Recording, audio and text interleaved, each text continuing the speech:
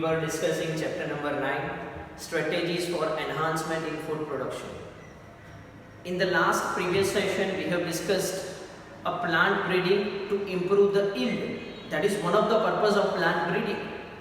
Today we have to discuss the second purpose of a plant breeding. So that is a plant breeding for disease resistance. So we will discuss today why we are performing the plant breeding for disease resistance and what are the examples of plant that have been developed by a plant breeding technique which have a disease resistance characteristics. So today students, we will discuss a plant breeding for disease resistance. Disease resistance. Okay, so the today topic is plant breeding for disease resistance. You know that variety of microorganisms like fungi, bacteria, viruses, these are the pathogens. What they are? The pathogens. Okay, these pathogens also have a capability to infect a plant. They can also infect plants and they may produces diseases in plant. What it produces? Disease in plant. You know that when the plant have a disease, the yield or the quantity of the product what they are producing, that automatically gets reduced. Usually when the plant gets infected, the product which is going to be lost, it may range from even 20 to 30% in some cases, and even in the extreme condition, the total loss may going to occur. Okay, and the total loss is very significant because here you don't get any product. Even 20 to 30% loss which occurs into a crop production, that also affect the farmers and the yield or the food production gets decreased. Okay, and that is due to a plant that is going to be affected by the pathogens and ultimately they are affected by the diseases. So here what we are doing in the temporary solution, we are using the chemicals. We are using the certain drugs which are preventing the plants for diseases. So what we are using the chemicals which kills fungi, bacteria, viruses. So we are using the chemicals like bacteriocides. We are also using the chemical what we call as fungicides which kills the fungi. Okay, bacteriocides that kills the bacteria. But ultimately they are the chemicals. When we spray or when we apply this chemical bacteriocides and the fungicides onto a plant, the plant bacteria and the viruses and the fungi they gets killed. But the product what we are consuming also have this chemical, and due to this chemical the adverse effect also occurs on our body, or that also occurs on the other animals or living organisms who are consuming it. Okay, so the ultimate solution, this is not the ultimate solution, it is a temporary solution, and it has lots of disadvantages because these are the chemicals that also goes in our body and that also affect the health of our body. So the ultimate solution is plant breeding. Here we want to generate a disease resistance variety.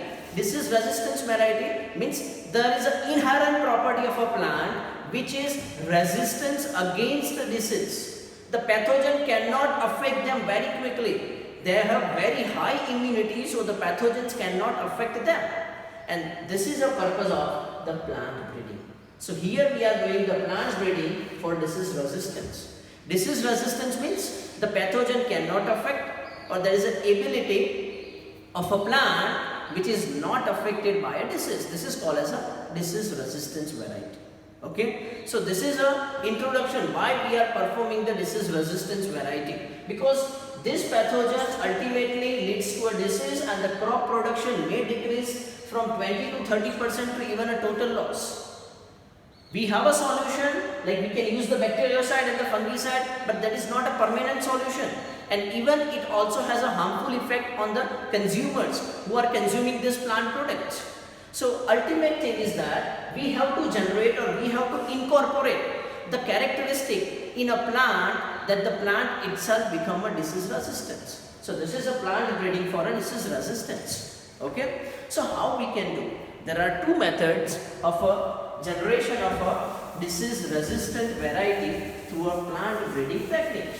So which are the two methods? So here the methods which we can use for a plant breeding to develop a disease resistance variety.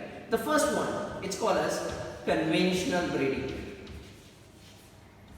Okay, this is the first method. It's called as a conventional breeding. Okay, and the second one is, it's called as mutation technique. Okay, these two techniques are going to be performed to generate a disease resistance variety of a plant. Okay, but before we start this technique, conventional breeding and the mutation, actually these two methods, they are used to generate a disease resistance variety of a plant. But first of all, we should know the different kind of a diseases that occurs by a pathogens in a plant. Human diseases, if I tell you tell me the human diseases, then you spell that typhoid, pneumonia, common cold, malaria and many more, what you have learned. But you have not learned what are the diseases that occurs into a plant by this pathogen. So before starting this method, that conventional breeding and the mutation which is used to generate a disease resistant variety, first of all we should know that what are the diseases that occurs in a plant. So I will first tell you what are the diseases that occurs in a plant. So I am just listing out the diseases which occurs by a fungi. Which diseases that occurs by a fungi in a plant? So here the diseases that occurs by a fungi are red rust, this red rust that occurs in a wheat. Okay, this is a one disease that occurs. Okay, the second one, okay, that is called as sorry, it's not red rust, it is brown rust. Sorry, clear? In a wheat, it is a brown rust. A brown rust that occurs into a wheat. Okay, that is one of the diseases that occurs due to a fungi. Okay, second one is red rot. Okay, see this red rot, it also occurs into some plants. Okay, and the third one, that is called as late blight. This late blight, it occurs into a potato. Okay, so these are the diseases which occurs by a fungi. The brown rust in wheat, the red rots and the late blight in a potato. So these are the diseases which occur by a fungi. Now I will also tell you the diseases that occurs by a bacteria. And these are only few examples, not all the examples. So which are the diseases that occurs by a bacteria in a plant? So here it is, you can say that a black rot in crucifers. Okay, so this is a disease that is occurs by a bacteria. Okay, now even the viruses can also cause the disease in a plant. So which disease that occurs by a viruses? The viruses which occurs is a tobacco mosaic. This occurs in a tobacco plant. Next, second one is turnip mosaic. This disease occurs into a turnip plant. So these are the different examples of a diseases that occurs in a plant by fungi, bacteria and viruses. We are not learning all the diseases, but at least you have to remember the few common diseases that occurs in a plant. So which common diseases that occurs in a plant due to a fungi? In a wheat, it's a brown rust. In other plants like red rot. In a potato, it's a late blight that occurs due to a fungi. By bacteria, it's a black rot in crucifers. In viruses, the diseases occur is tobacco mosaic and the turnip mosaic. So these are the diseases that occurs in a plant. Okay. Now we have to generate the disease resistance variety of a plant by these two methods, conventional breeding and mutation. So what is conventional breeding and what is mutation, that we will discuss, and what are the advantages and disadvantages of it. Okay. So let's start first with the conventional breeding, because the conventional breeding you have already learned it. Conventional breeding means the plant breeding what we have learned. Okay, so you know that in a plant breeding there are basic 5 steps. They are involved into a plant breeding. This is called as a conventional breeding. So this conventional breeding, which is used to generate a disease resistance plant, that is the same common feature what we adopt to generate any other plant by a plant breeding technique. So here the steps of plant breeding and this conventional breeding are same. Okay, so there 5 steps are there, and you know that the first one is collection of variability. Okay, or in other term you can also call it as germplasm collection. This is another name, you can also call it as germplasm collection. Once the germplasm collection occurs, then it is evaluated for disease resistance variety, and then selected a specific, you select it from this variety, a selection of parents. This is a second step. Remember, the steps are same as we have learned in the plant breeding. Okay, the third step is the cross hybridization. Cross hybridization among selected parents. In the second step, the parents which are selected, in between them the cross hybridization takes place. Okay, so this is the third step. The fourth step is a tasting of hybrid which is generated. By cross hybridization, the hybrid generates, we do a tasting of this hybrid, and final step is a tasting, release and commercialization of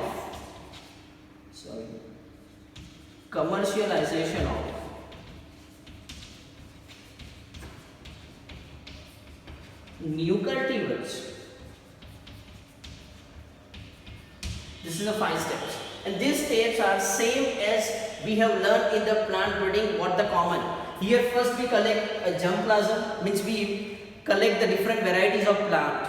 Suppose if you want to generate a disease resistance bindi, okay, so what you have to collect? You have to collect the different varieties of bindi. Okay, then that bindi are evaluated, and from that the best plant is going to be selected. A plant that is going to be selected is according to your desirable characters.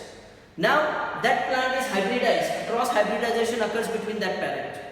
Once it is hybridized, we again taste it whether a hybrid product has been produced or not, because there is 1 in 100 or 1 in 1000 that might have a hybrid characters. Okay, not all cross hybrid have a characters of both the parents.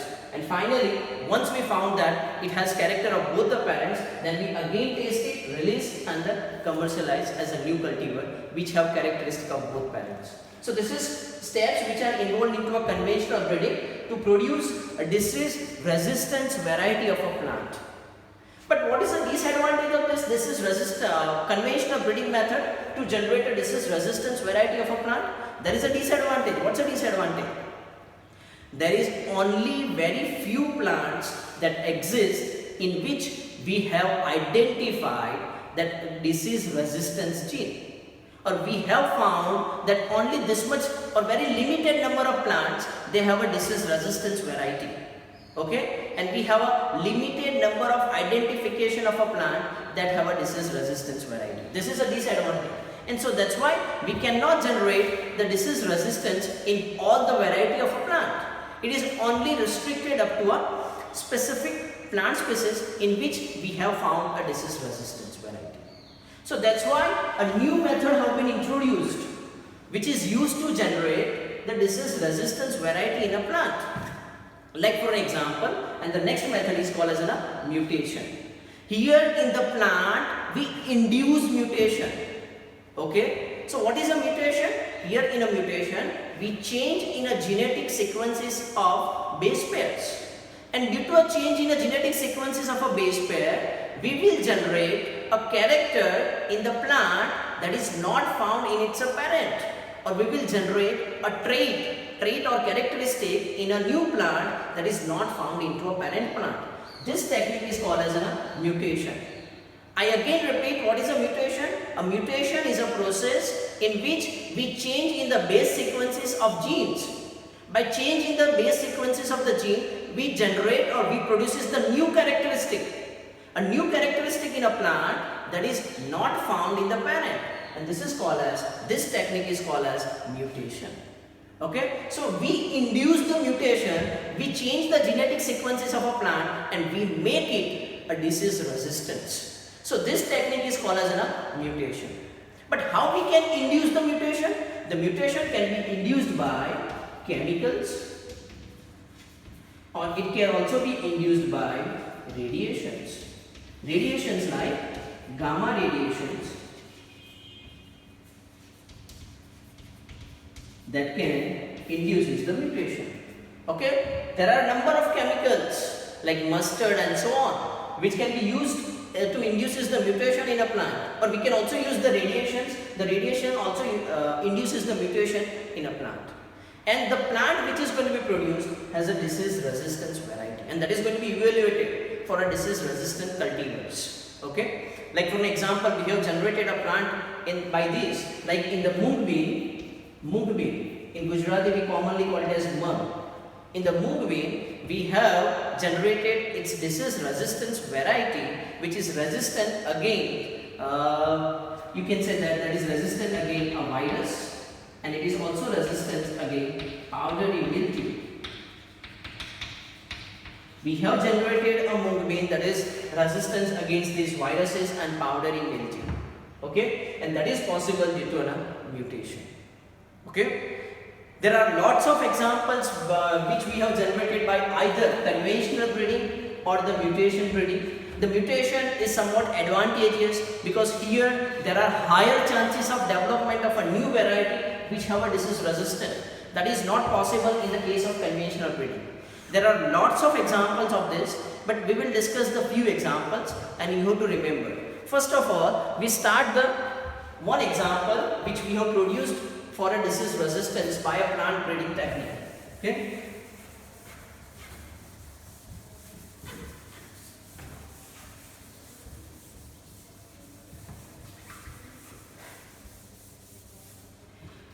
Here we discuss the first example. First example we will discuss in detail, and the other examples we will see just their names. Okay. So first we will start with a bindi.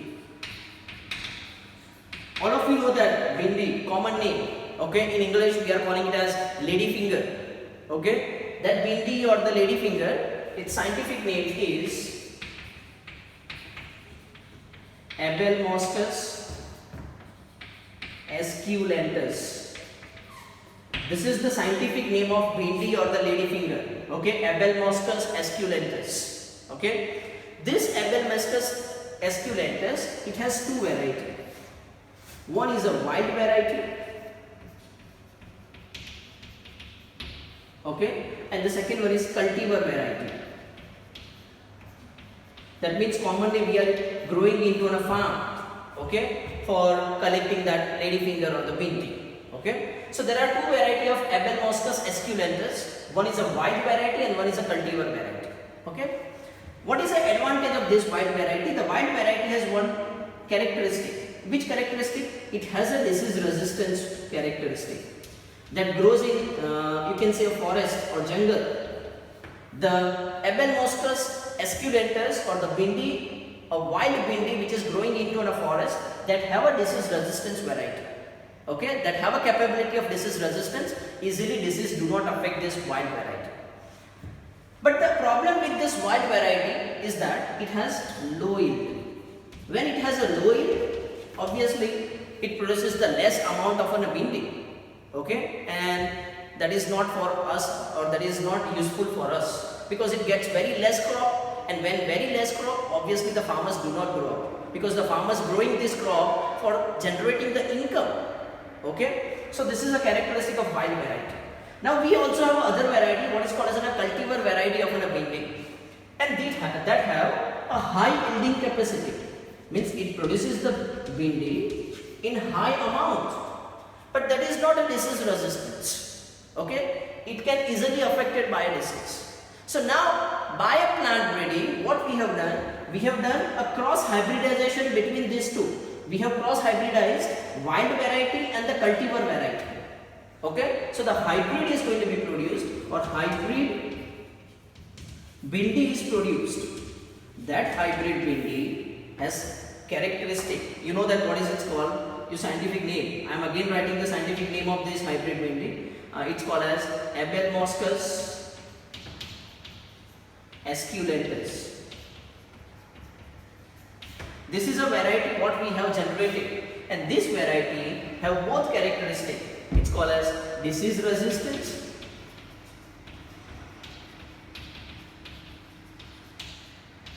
and it is also have high yield, means the crop production is also high. How it is possible? How we have generated this hybrid bhindi? By combining the characteristic of both the type of bhindi by a plant breeding technique, and we have generated this hybrid bhindi. Okay, this hybrid bhindi is known as, what we are calling it as, what is the name of it? It's called as, the variety is known as Parbhani Kranti. Remember the name, it's called as Parbhani Kranti. Okay, this is a hybrid variety of Parbhani Kranti is a hybrid variety of bhindi which have characteristic of both the variety of bhindi, wild and the cultivar variety. The Parbhani Kranti is disease resistance, means cannot affected by disease, as well as it is also produces the bhindi in high amount. It has high yield. Okay, and that is possible due to a plant breeding. So this is one example of a bhindi or the Abelmeschus esculentus which we have generated for disease resistance characteristic. Similarly, there are also lots of examples. Here we will discuss which are the examples. So just have a look. I just rub it down and then we have a look over the examples what we have generated for a disease resistance capability. And remember students, these examples are important. You have to remember their names. Okay, you have to remember the names what we have generated by this way.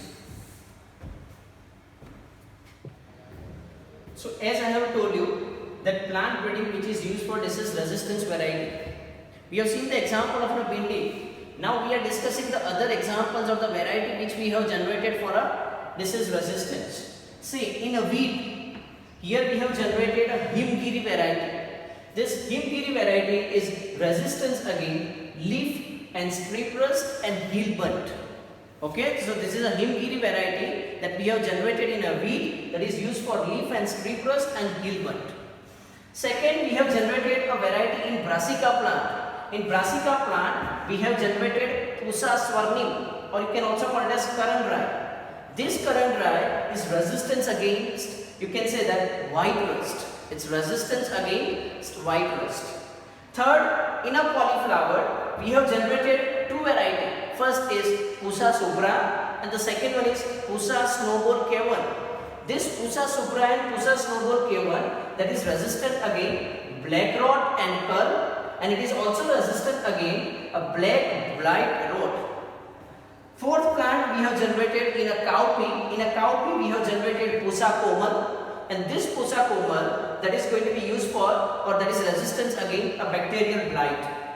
And last, in a chili we have generated Pusa sadabahar. In Pusa sadabahar it is resistance against chili mosaic virus, leaf curl and tobacco mosaic virus. So here we have generated a different variety, like in a wheat, Himgiri, in a Brassica, Pusa swarnim or Karandrai, in cauliflower it's Pusa subra or Pusa snowball K1, in cowpea it's Pusa komal, in chili it's a Pusa sadabahar. So and they are resistance against their respective diseases we have generated. So students, you have to remember the name of the different varieties which we have generated by a plant breeding for a disease resistance capability or characteristic.